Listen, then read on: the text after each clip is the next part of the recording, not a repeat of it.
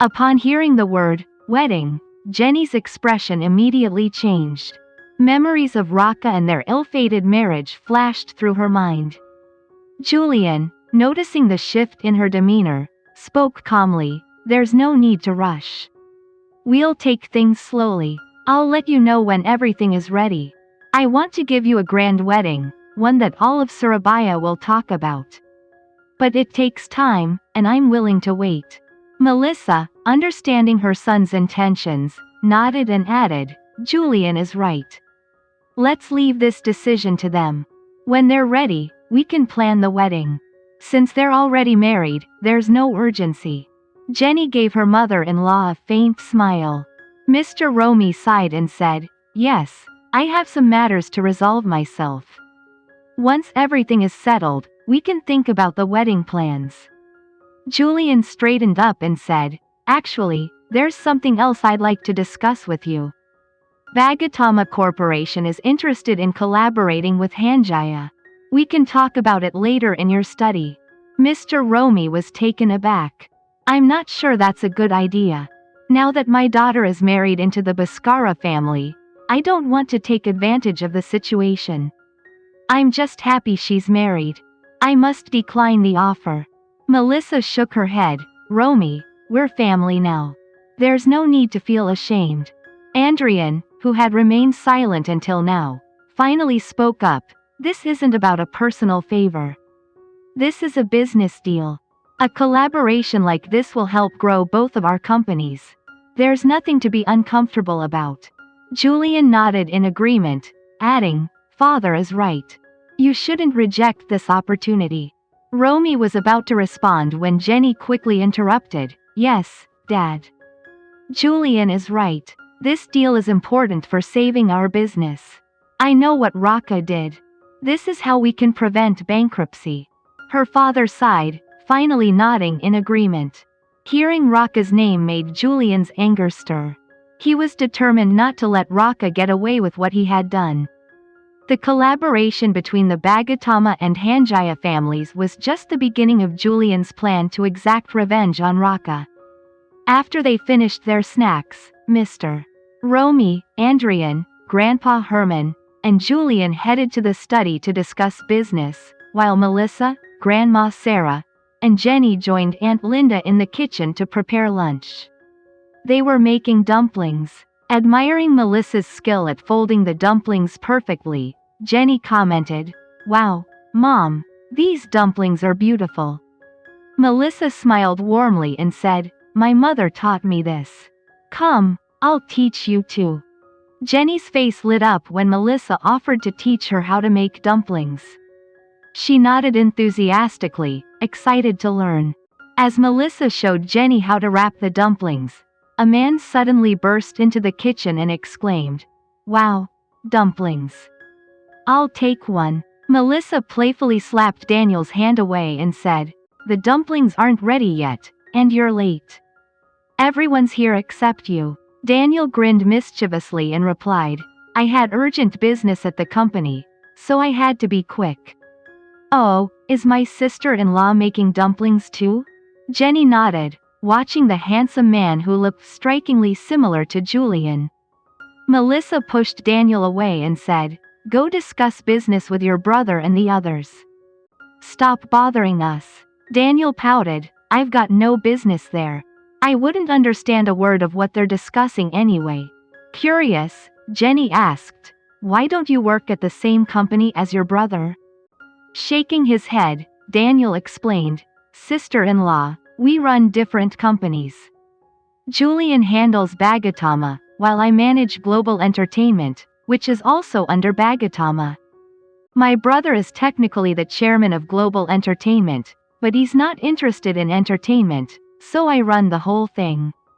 Jenny knew about Global Entertainment being part of the BAGOTAMA empire and had heard that the youngest son of the BAGOTAMA family, known for his ruthless reputation, ran the company.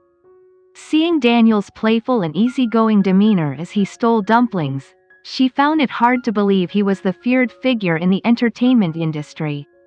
She realized that both Daniel and Julian had tough exteriors in public but were completely different at home.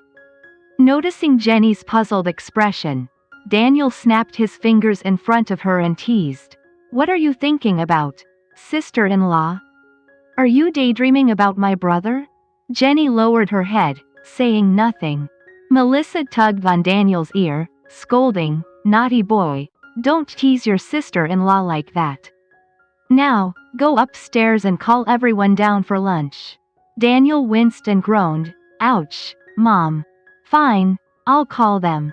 After Daniel left, they began setting the table for lunch. Meanwhile, in the study, the atmosphere remained serious. Andrian crossed his arms and said, "I suggest we don't let the Pandagas family off too easily. We need to make them suffer. First, we'll cancel half of our collaborations with them, then finalize the deal with Hanjaya. After that, we'll find a reason to cut off any further business with them. That way, they'll truly feel the consequences." Grandpa Herman and Julian nodded in agreement with Andrian's suggestion. Romy, however, felt conflicted about the situation. While the collaboration with BAGOTAMA could elevate Hanjaya's status, something didn't sit right with him. Sensing his father-in-law's hesitation, Julian placed his hand on Romy's and reassured him, "Father, don't worry too much. We're family now, and families support each other through difficult times. I'm doing this for my wife. If you suffer, she'll suffer too, and I won't allow that." Romy nodded slowly and replied, "All right, I'll go along with what you've decided." Suddenly, there was a loud knock on the door, and everyone turned to see Daniel entering the study with his usual cheerful tone. "Whoosh, you all look so serious. Are you planning something big?" Ignoring Daniel, Julian said, "Get out of here." Daniel pouted dramatically and said, "Fine, I'll tell sister-in-law you don't want the dumplings she made for lunch." With that, he pretended to leave. Upon hearing that Jenny had made dumplings, Julian immediately stood up and said, "Jenny made dumplings? I'm starving. Let's have lunch now." He quickly left the study, followed by Daniel, who chuckled at his brother's reaction. As Julian made his way downstairs, he saw his mother and grandmother setting the dining table, but Jenny was nowhere to be seen. He asked his mother, "Where's Jenny?" Melissa smiled knowingly and replied, "Missing your wife already? She's in the kitchen." Without saying another word, Julian headed straight for the kitchen. When Julian entered the kitchen, he found Jenny diligently washing dishes. He furrowed his brows and walked over to her. Jenny noticed him approaching and smiled, "Go outside and sit. I'll be there in a minute." However, Julian ignored her instructions. He gently pushed her to the side and said, "This isn't something you should be doing. Why didn't you ask the servants to take care of it?" Jenny looked at his serious face and replied, "They're all busy, and it's just a few dishes. It's no big deal." She tried to nudge him aside, saying, "Move, let me finish this." But Julian firmly responded, "No, you step aside. I'll handle it." Without waiting for her answer, he rolled up his sleeves and started washing the dishes himself. Jenny chuckled and teased, "Will your godlike image be ruined if people find out you're washing dishes? What would everyone think of Julian if they knew he was doing the dishes?" Julian continued scrubbing the dishes and replied, "If people found out that Julian made his wife wash dishes on the second day of their marriage, they'd definitely think poorly of me. So, be a good wife and let me handle it."